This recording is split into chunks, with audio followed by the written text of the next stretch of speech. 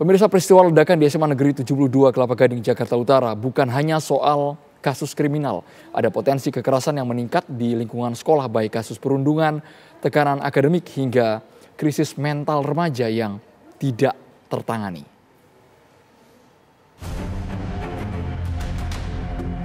Ledakan di SMA Negeri 72 Kelapa Gading, Jakarta Utara menjadi sorotan banyak pihak.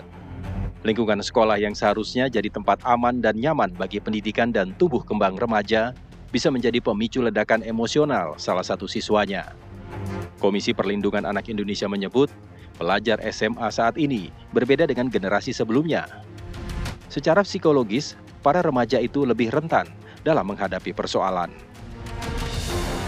Apakah ini kaitannya dengan bullying juga? Mungkin ada, ya, tapi masih didalami lebih lanjut. Yang jelas memang semuanya anak ini kami minta untuk didampingi Apsifor, Asosiasi Psikolog Forensik, agar mengetahui sampai ke detailnya kenapa motif anak ini melakukan demikian. Berbeda dengan yang lain. Jadi KPAI meminta untuk si anak yang berkonflik dengan hukum ini Apsifor khusus. Anak-anak SMA sekarang adalah transisi antara Gen Z dan Gen Alpha. Jadi mereka secara psikologis itu jauh lebih rentan. Nah, anak-anak ini ketika dia mengalami satu hal yang membuat tekanannya semakin besar, resiliensinya pun juga semakin rendah. Dan anak-anak kita ini hari ini lebih banyak berdiskusi atau berinteraksi dengan dunia maya daripada dunia nyata. KPAI bersama polisi masih mendalami adanya dugaan bullying yang terjadi pada pelaku peledakan sekolah SMA Negeri 72.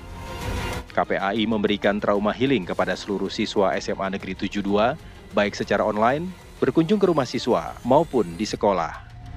Dari Jakarta, Josephine Kezia, Muhammad Rafi, TV One mengabarkan. Apakah peristiwa ledakan di SMA Negeri 72 Kelapa Gading, Jakarta Utara bisa jadi pintu masuk bahwa ada potensi kekerasan yang meningkat di lingkungan sekolah, baik soal perundungan hingga krisis mental remaja yang tidak tertangani? Sudah bersama saya pakar psikologi dari Universitas Paramadina, Ibu Fathiah Kertamuda. Ibu Fathiah, apakah ini murni, pure merupakan kasus perundungan atau ada banyak aspek yang memengaruhi anak ini, Bu, terduga pelaku ini? Oke, baik, terima kasih Mas Sandro dan juga para pemirsa. Pertama saya ingin menyampaikan dulu turut berduka ya dengan kondisi korban yang saat ini sedang dirawat maupun pemulihannya. Kalau dilihat dari pertanyaan tadi, bahwa apakah ini pemicunya seperti apa, ini sebenarnya diawali, tadi disebutkan ada bullying, betul. Tapi bullying itu banyak karakter bullying, ada beberapa tipe bullying. Pertama misalnya salah satunya adalah bullying secara verbal. Nah ini apakah pelaku itu juga mengalami bullying atau kekerasan verbal, baik itu di sekolah maupun di rumah. Sekali lagi kami media menyebutnya anak yang berhadapan dengan hukum, Ibu, ya? Ya, betul. Nah kemudian setelah itu ada juga mereka melakukan kekerasan secara fisik, ya. Itu terlihat. Apakah pelaku ini juga pernah melakukan atau terkena secara kekerasan secara fisiknya. Nah yang paling penting sebetulnya kalau kita melihat secara gangguan psikologisnya, apakah juga dia pernah mengalami kekerasan psikologis. Nah, kekerasan psikologis ini adalah salah satu hal yang sangat-sangat rawan dan rentan sekali. Mengapa? Karena kekerasan psikologis itu susah untuk deteksi. Susah terdeteksi di dalam kacamata awam. Mungkin kelihatan fine. Mungkin pelaku terlihatnya oke saja seperti anak sekolah biasa. Pelaku itu seperti sekolah pergi bersama-sama. Tetapi secara psikologisnya kita nggak tahu. Tidak ada ciri-ciri dari kasat mata yang bisa dinilai, Bu? Kalau kita lihat sebenarnya ini peran dari juga tidak anak sekolah, jadi peran orang tua juga di rumah bagaimana kalau ada perubahan sedikit demi sedikit anak itu kan tahu harusnya kalau orang tua tidak abai gitu ya. Oleh karena itu ada perubahan-perubahan kecil dari anak kita itu kita perlu mendeteksi juga. Kalau misalnya itu anak mempunyai satu perilaku yang berbeda dari kesehariannya, nah itu akan berdampak kepada psikologis dia. Mungkin secara dia diremehkan di teman-teman tapi dia tidak mengadu, dia pendem sendiri gitu ya. Nah ini akan berdampak terus. Kalau itu berlaku terus akhirnya tertekanlah dia, akhirnya ledakan emosi muncul seperti itu. Maksud Ibu Fathiah ini merupakan akumulasi karena dari tindakannya untuk sekelas anak SMA usia 17 tahun tuh nggak masuk akal, Ibu, ya? Betul. Merencanakan matang, kemudian membawa senjata walaupun itu senjata merupakan replika mungkin bukan yang benaran, ditulis nama-nama teroris, meletakkan bahan peledak sampai ke sekolah kayaknya Itu kalau secara usia mungkin it's not make sense ya. Tetapi ada banyak faktor lain. Bisa saja sekarang peran-peran media ya. Dia bisa melihat dari YouTube bagaimana benda-benda apa saja yang harus disiapkan untuk meledakkan sesuatu. Dia belajar ini, saya yakin anak ini cukup smart ya. Kalau dilihat, nggak mungkin anak yang tidak punya secara kognisinya tidak bagus bisa merakit seperti itu. Tapi dia pasti punya kemampuan kognitifnya bagus. Nah, tinggal bagaimana emosionalnya. Emosional itu apakah ketika dia melakukan itu ada kondisi yang membuat dia puas gitu ya. Atau membuat dia merasa ingin melakukan sesuatu yang menyakiti orang lain gitu ya. Nah, jadi ada gangguan kontrol impulsnya. Kalau dalam psikologi itu ada kontrol impulsnya dia terganggu. Mengapa? Karena dia ingin melakukan sesuatu yang bisa menyakiti orang lain dan dia tidak sadar juga itu juga merugikan orang banyak. Keterangan teman dari si anak ini karakternya pendiam, kemudian suka hal yang ekstrim, ini masih dugaan Bu Fathia ya. Apakah ini salah satu faktor sehingga perilakunya bisa di luar hal yang tidak wajar Bu? Iya, kalau lihat dari tadi ada karakternya pendiam, nah, pendiam ini bisa beragam ya. Pendiam memang pendiam karakter secara genetiknya, tapi ada juga pendiam dia mungkin merencanakan sesuatu. Nah, perencanaan sesuatu itu kan tidak ada orang yang tahu. Kalau psikologi itu kan bagaimana proses mental. Proses mental orang kita nggak bisa lihat. Proses mental itu adalah sesuatu yang ada dalam diri dia. Dia berpikir, dia merasakan, kemudian dia olah, itu orang nggak bisa lihat. Sampai perilaku muncul, yaitu dia melakukan ledakan itu. Tapi kalau sampai meledak tuh menurut Ibu berarti ini sudah jangka waktu lama dia pendam sendiri? Iya, kalau menurut saya pengamatan saya mungkin terbatas ya. Tetapi kalau dilihat dari ini dia sudah punya rancangan, karena nggak mudah. Berapa hari sih ngerakit itu? Bisa mungkin bulanan, bisa ya. Tapi dia siapkan seperti apa, nah itu pasti jangka panjang yang sudah dia siapkan. Akumulasi, nah ini faktor penyebabnya apa?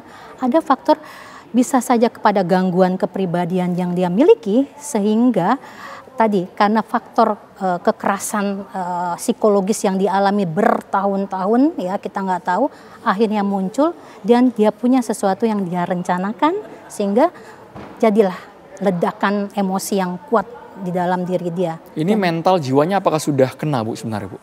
Kalau dari ketenangan dia ya dalam tanda petik dia pendiam, cool lah istilahnya ya. Nah, ternyata dia bisa melakukan hal seperti itu, ya bisa sudah mengarah kepada gangguan psikologis. Dan saya berharap betul tadi kita harus mendeteksinya lebih detail lagi.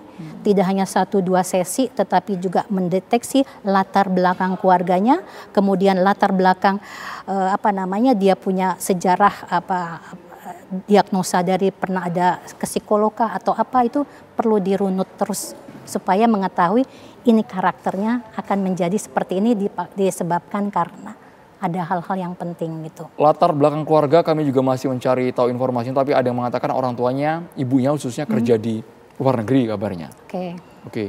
Kemudian kami juga belum tahu riwayat ayahnya, apakah interaksi dengan keluarga ini mempengaruhi dia di sekolah Bu ya? Sangat. Tindak tanduknya. Iya, sangat karena peran dari family, kalau kita lihat kan keluarga itu adalah madrasah pertama kita di dalam membangun kepribadian karakter anak.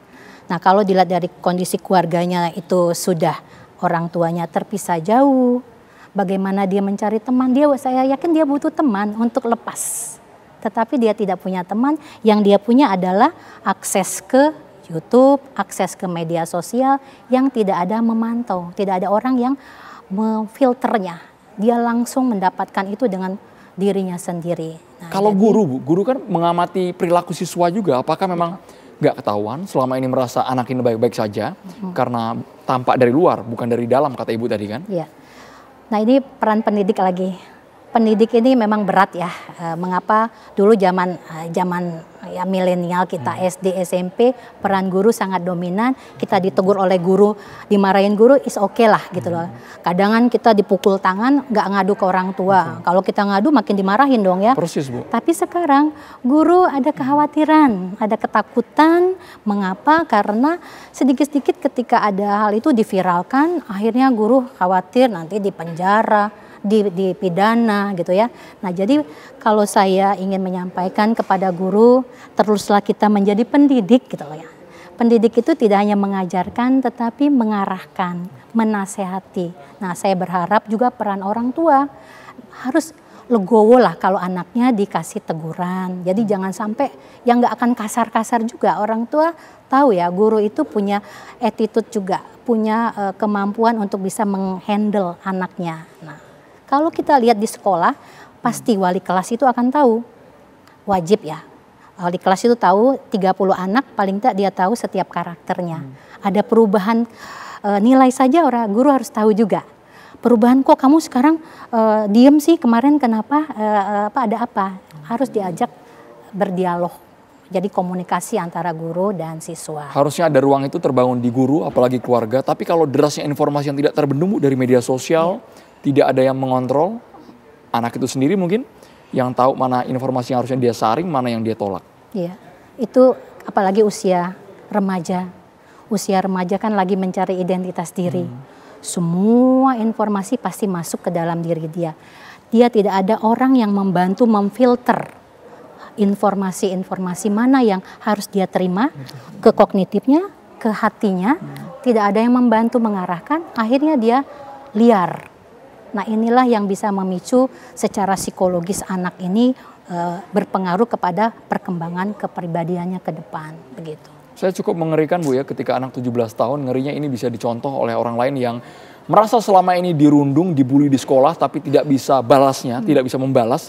Apakah memang perlu Bu kadang membalas orang yang merundung sehingga dia tidak berpikir nekat ternyata melukai orang yang bukan yang merundung. Satu sekolah Bu yang jadi korban. Ini agak memprihatinkan ya kalau menurut saya. Kalau ini terjadi, orang yang jadi korban dia akhirnya dengan ada banyak contoh kayak gini dia mencoba untuk melakukan hal yang sama, ini prihatin. Kesannya kan yang terbangun saat ini narasi yang beredar Bu ya, ini masih spekulasi. Iya, ini dirundung satu sekolah kesannya Bu. Oke, ini berat. Kalau seseorang, bayangkan saja satu kelas aja kita dirundung, kita mental breakdown. Ini kalau satu sekolah, bayangkan, berarti something wrong with the school gitu lah. Ini spekulasi Bu ya, yang belum berdasar tapi yang berkembang di masyarakat. Kok bisa nekat melukai di masjid, ledakannya beruntun pula, bukan 1-2 kali bahkan. Jadi gini, kalau kita lihat Mas Andro, peran dari sekolah itu penting sekali. Jadi sekolah itu sebenarnya di tempat yang paling aman buat anak belajar, mendapat pengetahuan, mendapat pendidikan, baik secara kognitifnya maupun secara afektif dan juga terhadap perilakunya. Tetapi kalau sekolah sudah tidak lagi menjadi tempat yang aman, ini dampaknya akan luar biasa. Ini nanti pelaku, korban dan juga the whole anak-anak di sekolah itu akan merasa traumatik. Kalau saya, jadi perlu nanti pihak sekolah coba untuk membenahi, mungkin melakukan dialog kepada semua siswa, terserah sosialisasinya seperti apa, memberikan informasi bahwa kejadian ini adalah kejadian yang menghantam dan ini kita sama-sama bangkit gitu loh untuk bisa membenahi mana yang harus dilakukan. Jangan sampai dilarang mereka, khawatirnya di ban, jangan blow up dong. Di blacklist. Nah itu, nah ini jadi pihak sekolah mungkin dibantu juga Kementerian Pendidikan untuk bisa terus mengarahkan sekolah ini untuk terus jadi fokus lah sekarang ini. Karena kita nggak mau ini terjadi pada tempat-tempat yang lain begitu. Khusus untuk keluarga dan juga terduga anak yang berhadapan dengan hukum, menurut Ibu, agar ke depan ia dapat efek jera, tidak mengulangi perbuatan yang sangat fatal ini Bu, yang berdampak pada taruhannya nyawa Bu. Karena ini karena usia, kalau dilihat dari hukum kan masih di bawah umur ya kalau dilihat. Jadi memang perlu terus pendampingan dari para psikolog atau nanti forensik psikologis ya.